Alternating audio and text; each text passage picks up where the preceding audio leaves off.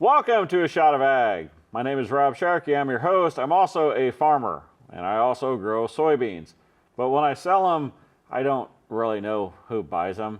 I put them on a semi and they leave. Well, today's guest is going to help me with that. We're going to be talking with Mark Reed from Putnam. How you doing, Mark? Great. It's great to be here. Great to finish harvest early. Yeah. You know, when people say they're from Putnam, you never know if they're actually saying the town of Putnam or just the county. That's correct. Putnam's a pretty big town. The sign says 100, but I think that's a minimum number you need to get a sign, probably. Is it 100? I think it You says guys, 100. are you fudging your numbers?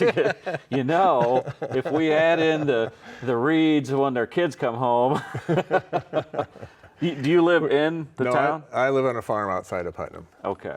All right. near the Illinois River, actually. The Putnam County is it the smallest county in the state? It's the smallest county in the state, and it used to be the largest county years ago. What happened? Y'all get a little. I guess we got smaller.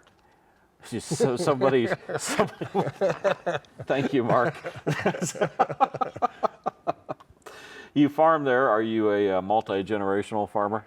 Yes, I think I'm a fourth generation farmer, and my kids and my brother's kids and sister's kids all decided not to farm. So we're kind of semi-retired, helping the people that we've got farming it now. So you rented out the ground? Rented out the ground, and then basically I'm helping in the fall a little bit. And I know my brother does the same thing on his share. Yeah.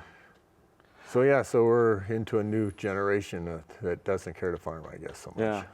I rented a farm like that once where the landowner wanted to help. He hasn't kicked me off yet. So. Okay, I hope it's going better for him. After the show, I'll tell you who it is. You'll go, oh yeah. No. You just raising corn and soybeans? Corn and soybeans have planted some wheat this year. Okay, why? Well, I've got some very poor ground, and it came out of CRP, and we're not raising cattle anymore, so that where there was going to be some alfalfa pasture, we planted that into wheat. So CRP, it was in a conservation program? yes. Was like you had I don't know, grass or something there? Well, yeah, and weeds and trees and stuff, undesirable species, and I was not aware that you can't put it right back in. So we kind of got it cleaned up, and then we raised corn on it, and then we raised soybeans, and now we've got wheat on it. Okay. Year, and we had good rains, and actually it yielded good for the worst soil type in Illinois anyway. Nice. Take them where you can get them. Yeah. You got an Ag Econ degree from U of I. Yes. That's your, well, you don't even have a mascot anymore. No, that's true. Chief Alinowick is gone. I don't think we can talk about that on PBS. No, that's probably not. So I try not to wear the shirts with that Indian on it anymore. Yeah. You know, so. Did you go right back to the farm? No, I worked in commercial bank for 5 years as a farm manager. So just down the street from here, actually. Oh. So I managed like 10,000 acres in mainly Tazewell, Mason, some up in DeKalb counties. So I came back to the farm when my father was wanting to retire. So that's how that happened. My brother was already farming with my father. So back in the day, 10,000 acres was that probably quite a bit to manage. Maybe not so much Quite anymore. a few, maybe about 35 farms. What would it be now? 2? Yeah, it could be. I'm sure there's larger acres now. But, Did you see that on your farm too? I mean, if you remember when you went back to farm with your dad and your brother, and the difference between when you retired, the size difference, how much you could get done. Yes, quite a difference, in just a few years. As far as we had kind of the smallest combine about to do, like 2,500 acres with, and 2 12-row planters, and a lot of people. We had a lot of sand, so we had 400 or 500 acres done before everybody got rolling. So we farmed with probably smaller equipment than what you would normally have for that amount. And now the guy that's farming for me now has really good equipment. He could have better. He's got green equipment instead of red, but Okay. so All right. Okay. All right. I didn't know we were doing this today, but you guys are, well, in your area though, you're in a very red area just because Yeah. of the dealerships down Dealerships. there and that. And then, now as things improve, thankfully, some green has entered the neighborhood. right. Why Yes. do you get involved with the Illinois Soybean Association?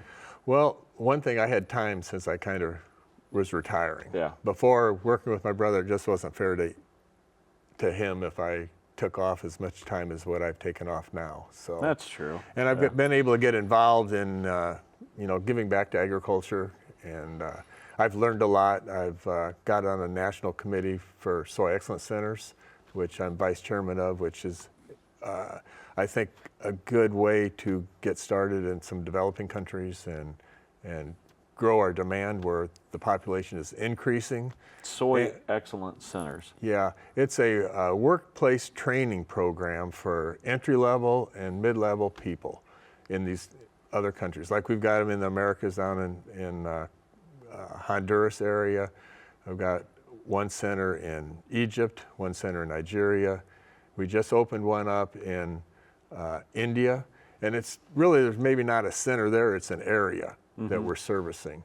And since a lot of it can be done with a digital platform type thing over the internet, it's fairly cost effective, reaches a lot of people. In fact, we've educated over 28,000 people since 2019 when it started. What are you teaching them?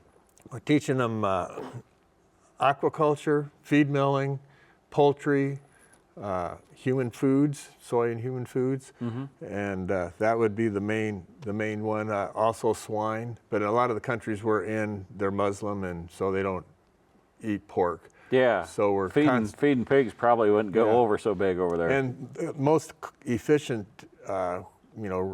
for feed efficiency is your aquaculture and your poultry, and that's the most efficient as far as feed conversion rates. And these countries need protein in their diet, so it's kind of like a mega mission for me, because you're doing a lot of good promoting soybeans in their diet, whether it be aquaculture or whether it be fish or be pork or whatever. They just need more protein in their diet. So would your theory be, all right, we're going to teach them how to use our soybeans, to raise fish, and then whatever they're doing now, whatever food they're eating now, they will start supplementing in some fish raised with our soybeans. That's kind of the overall thought? Yeah, overall thought is our overall thought is to sell them more soybeans. But to do that, we've got to educate them. Yeah, you got to sell that stuff. And the feed miller has to know how to blend it and what's recommended rations and be educated. And right now they don't have training programs basically for their workers. And so this fills a void for them, and we're getting good publicity out of it and hopefully making friendships. I know when I went back, I know several people now, and we're friends, and I think that'll help. And we also promote the advantages of our soybeans. We usually have a higher quality than Brazilian soybeans and Argentina soybeans, less heat damage and so forth. So we're teaching that, and the digestibility is better. Crude protein we're usually a little bit lower on than Brazil, and that's what originally a lot of things were bought on, was crude protein, and we're trying to educate them that there's more important things than that, the amino acid content of the soybeans and so forth. So that's all included kind of in the course content, mixed in, where it's relevant. And so it's just a great program. Illinois Soybean Association is supporting that, and a lot of other soybean associations are also supporting that. How do you even get started in another country? I mean, you're talking different languages. I mean, anytime you're trying to change things, you're going to annoy people, and that you've got the politics of that. How do you even go about getting started with this? Well, that's exactly right. Right now, most of our courses started in English and Spanish, and now we're in Arabic. That's all in Egypt, It's all Arabic. And Egypt's one of our largest customers of whole soybeans buying right now. When 4 years ago, they were our third largest customer, and then they had inflation and a lot of money problems, could not really buy as much as they wanted. But still, they're in our top 10 as far as customers. Egypt. Egypt I is. didn't know that. And Egypt is a fast-growing country. Nigeria is a fast-growing country. Supposedly by 2025, Nigeria is supposed to be the third largest populated country, which is amazing. Is it growing? Is it population, or are you talking about wealth? Population is growing. Okay. Hopefully their wealth will be growing also, so they can buy more soybeans from us. Yeah. But yeah, and like Nigeria, the average age expectancy is 55 years old. So that Really? Yeah, that's hits you pretty hard when you're 70. You know, it's like, ooh, I'm doing pretty good. But they're all thin over there. It's amazing. You know, they all have scooters that they go around on it everywhere. They can get about four people on some of those scooters. They're so thin that it's amazing. Why are they dying so early? Lack of protein would be one reason. Really? Yeah. Huh. So is that who gave you these awards? A lot of times you get a gift from them, and this is one of the more popular type of gifts that they give. And I'm not sure what they represent. I tried to figure that out by taking a picture of them on my Apple phone and then trying to see if it could come up with the landmark of the image search. The image, yeah. So these two aren't well-known images on these two.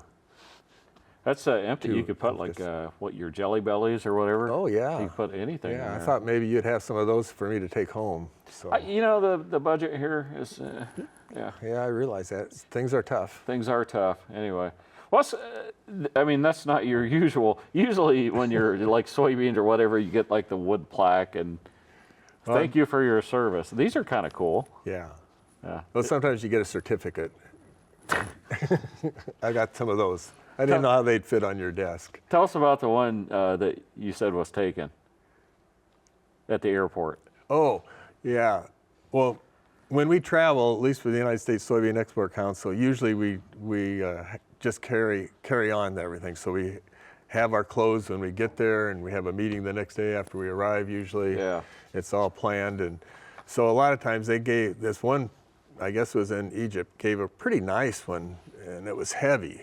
And so kind of wrapped up, and when we got to the airport, can't remember where we were flying to after that. But anyway, they took it away because it was like a heavy as a hammer, you know.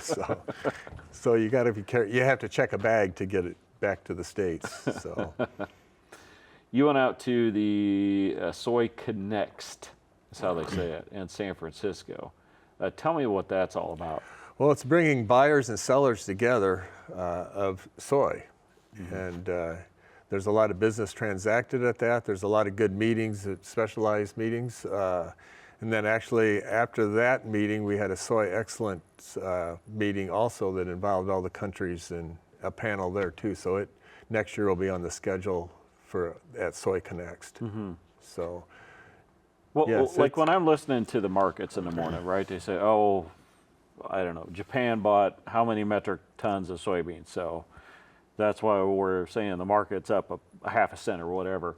I'm like, oh, great, fine and dandy. I never know what that means. I know who's actually in Japan buying or what. This is who you're actually talking to, is the people that are making the decisions. Hey, we're going to buy U.S. or Illinois soybeans compared to Brazil, Argentina, something like that. Right, exactly. It's trying to differentiate our soybeans, elevate and make more sales. And basically a lot of the soybean checkoff money goes to support events like this, to promote our soybeans. So, do you ever do the deals like, well, you know, you think about buying our soybeans, but we do have another guy coming in this afternoon to look at them. So I'm just going to say you might want to buy them now. We're not invited, or we're not involved in the actual selling. We're getting the people together. Maybe you should be. Discuss that. You old farmers are tricky. You could sell I don't know about that. ice to an Eskimo, you know what I'm saying? That'd be nice if we could.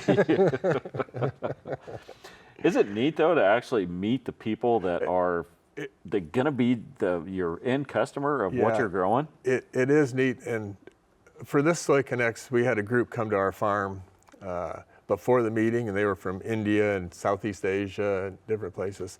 Well, they were at Soy Connects, and so we talked with them there, and then when I went back over to a meeting in Vietnam and then also India, saw some of the same people, and it was just, you got that relationship, personal relationship going already, which I think is valuable. At least it gives you a good indication that we're interested in what you're doing, and here's why you need to buy our soybeans, and we'd be glad to service you. And we talk about our transportation system in the Illinois River down to the Mississippi, and the advantages of getting things to our buyers on time, and that's kind of an issue sometimes. And we're worried about that right now. We just had good rain in Illinois to help our transportation system as far as the Illinois River, getting it up where we can take full loads. It was getting a little low, wasn't Yeah, it? getting real low. So We went up to Chicago to meet some of the Taiwanese buyers. yeah. I learned that humor such as mine does not translate well or at all to the That- Taiwanese. I blame the translator. that could be. Yeah. At this Soy Connects, it is more than just, kind of a sit down between the sellers and the buyers. I mean, you're building long-term relationships. Right. Yeah. It's the type of thing that they look forward to coming to that every year. And Oh, I it's in bet. a different city every year, so it's kind of a destination for them and a sales opportunity for us. So How important is it, like the face-to-face? Because, I mean, everything's Zoom I think and it's social important media. because you can't get that relationship on a Zoom meeting. In fact, you're talking about the Taiwanese. I had a Zoom, I guess, a call with Taiwanese, and we were talking back and forth. It's kind of a program, and then they knew me because they saw my picture and stuff. So at this Soy Connects, one guy said, "Hey, I'm glad to meet you, Mark." We talked, and it was kind of one of those things that I had no idea who this guy was, but he was Yeah. definitely not American, and thanking me for what I do. And I thought, really, You're welcome. yes. Plus, you kind of learn about them too, because I remember when we went up there, the people that were in charge are like, we're going to get a chance to ask each other questions. Maybe not bring up China, because Taiwan and China, right, whether they're doing this. And so they take time for questions, and they all raise their hands. Every question was about China. So it kind of really makes you, understand that it's really for these people, there's pressure on them to get good quality soybeans so they can feed their own people. Oh, yes. And China does still buy from us. And they're our largest customer by far. So what we're trying to do is diversify our sales to other countries, because we get a lot of political rhetoric, and we just been through an election that ended today. So Yeah, who do you think and- wins? I don't know, but a lot of it isn't good for agriculture, in my opinion. Is when you talk about tariffs, that's the worst thing that for a farmer, because we're exporters, we're globalists. We need to sell our product overseas. I mean, Illinois exports 60% of their soybeans. That's a large amount. Well, China gets over half of those soybeans, and here we're trying to raise tariffs on China. What do they raise? How do they retaliate against agriculture mainly? And that's the first thing. So Yeah, we're I'm not excited about really all the looking talk. forward to all the emails you're going to get sent to us. Thanks, Mark. No, it's right. That's what I love is people that will literally. I mean, you're not supposed to talk about it, right? You're not supposed to say this, or if you're a farmer, you're supposed to vote this way or that way. I love talking to people like yourself that have a global view, because in agriculture, and I do this myself, we have a tendency to not really look outside our farm. You have had the opportunity to travel the world, interact closely with people like that, it changes your outlook. It changed the whole outlook. Before I got on this board, I didn't really know where soybeans went. I just barely knew that when you crush a soybean, you get oil and you get soybean meal. Yeah. You know, I had no idea. There's more than that. Yeah, much more. So I would have been one that maybe didn't know for sure if the soybean checkoff was worthwhile. And now I'm a big promoter of it after I've been involved with it. So. Do you wish you would have got involved earlier? Yeah, probably would have been a good idea. Your brother could have handled stuff. Well, he's involved with stuff too. He was in Farm Bureau and He was leaders and corn stuff. too, wasn't he? Wasn't he involved with corn growers? Or am I Well, he's a dreaming? member, I know. I don't know Oh. if he was an officer or a board member. But Yeah, I was he on the Farm Bureau board with him Yeah. a long time ago, back when everybody was fighting. The good old days. Yeah. Illinois Soybean Association also is involved with WISH. I know you're not Yeah. directly involved, but can you explain what that is? Yeah, WISH is a World Initiative for Soy and Human Health, and that was actually started by Illinois Soybean Association. Mm-hmm. Now it's a world-class organization working in very underdeveloped countries and promoting our product and also teaching them how to fish, how to feed, and so forth. So we're trying to bring them up economically. We're in Ghana right now and in Nigeria. And I am on the WISH committee also. I didn't say that, but it's a very good program. Both WISH and United States Soybean Export Council. WISH kind of handles the very underdeveloped countries, and then as they grow, then they turn into a program that United States Soybean Export Council handles. So there's kind of certain countries that are WISH countries, and those are the more underdeveloped countries. So are these checkoff dollars that are funding WISH and what was the other one, the Soy Excellence Centers? Yes, there's checkoff dollars, and both of these organizations are both funded by the government too, in certain ways. So, and that has helped. Basically, how the Soy Excellence Centers got started is in 2019 when the tariffs were put on by President Trump. We got information to them put a grant together, and that's what started this. They said, well, the soybean growers say, hey, we need to expand our exports if we're going to be putting tariffs on China, and came through with some money to get that started.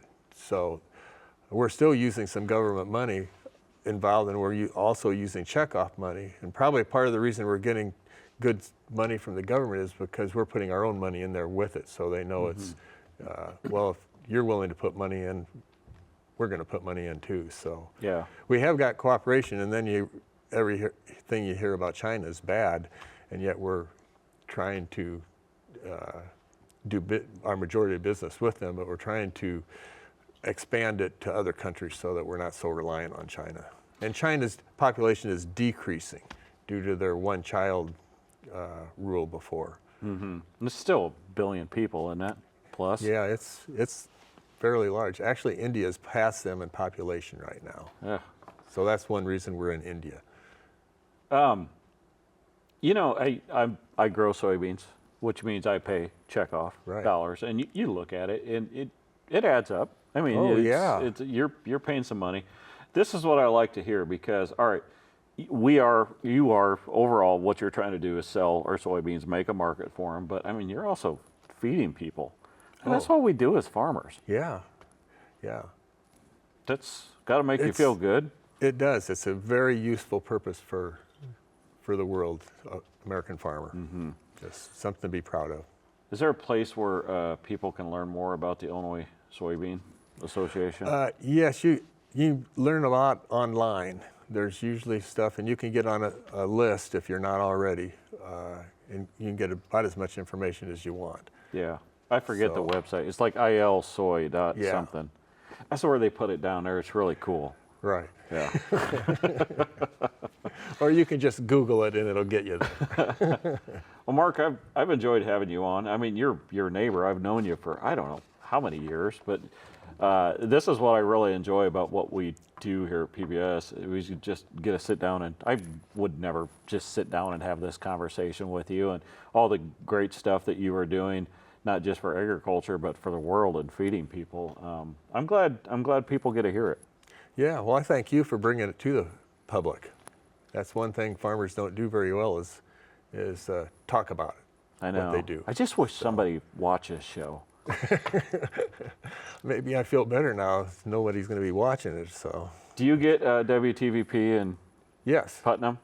Yes, I don't do. get it at my house. Well, actually, I've got internet on top of my leg, so I get basically free internet. So I've got it on Hulu, so I can watch it. La-dee-da. Mark Reed from Putnam. Mark, I really appreciate you coming and talking to us. I really appreciate what you're doing for agriculture. And everybody else, we'll catch you next time.